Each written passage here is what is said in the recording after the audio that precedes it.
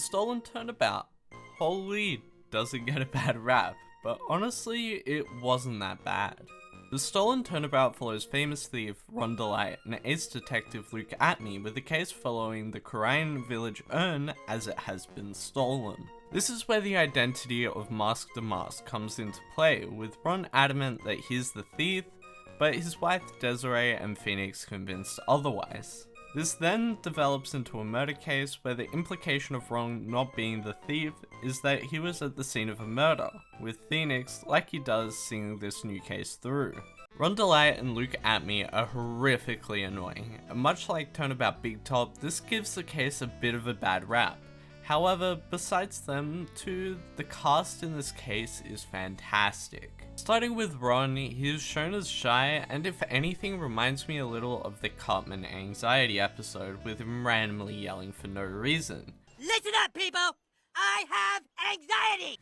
Granted, Ron in this case is being tried for crimes and all, whereas Cartman's just a douche for being a douche. Luke Atney, on the other hand, is basically the complete opposite. An overconfident douche that says Zvari, and that's about it. The rest of the cast includes Larry, who whilst annoying is a joy to see on screen because of the connection he and Phoenix hold, Adrian Andrews, who after Felt Well My Turnabout is now an exhibit organizer and looks a whole lot happier and shows a lot more emotion in this case compared to that case.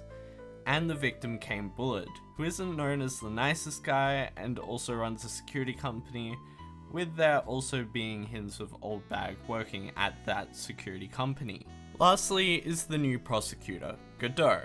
There is much mystery around his origins, with him just showing up at the prosecutor's office and battling against Trite, a nickname he gives to Phoenix. He is shown as a highly skilled prosecutor in presenting the case, and is not as full-on as Franziska, but is always in court with a cup of joe and a nice theme to go along with it, suitably titled The Fragrance of Dark Coffee.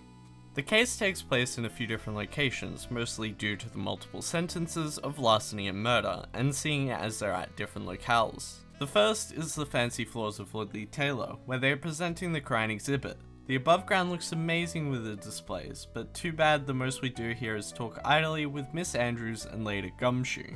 The underground provides a lot more in terms of case value, though in doing so, the looks are a lot less than desirable. With this being the main area of the theft, there is security equipment and exhibit-related items around. As a part of the first day, you also get to visit both the Delight and Atney residences, with the former being full of neat references such as Old Bad's security outfit from Farewell My Turnabout, as well as a bunch of Mask to Mask related items. The latter hasn't got the same amount of references, though the large painting of Atney above the fireplace should speak to his character. The second day of the investigation unlocks KB Security, with the CEO's office and security room being accessible.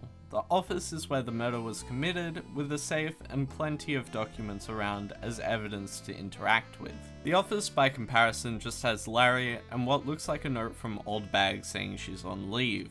These locations are a pretty connected and fun to explore environment, with there being plenty to do and the only bad time being when you get lost occasionally.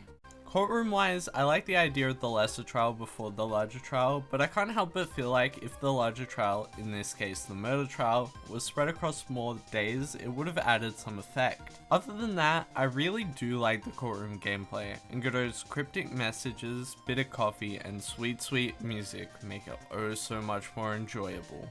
Overall, I like the case, nothing to write home about, but also nothing too egregious, even if I'm not a fan of the detective or the thief. With that said, I gave The Stolen Turnabout a solid 3.5 out of 5 attorney badges, for being a well-rounded experience with a few flaws in its cast.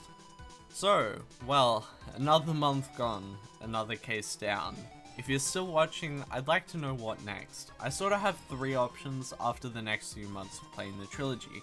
Gameplay wise, I'd like to do the investigation games, although the only accessible way is through the DS, which is less than ideal for nice looking videos. Lore wise, the Apollo Justice trilogy makes the most sense, though I don't currently own the game.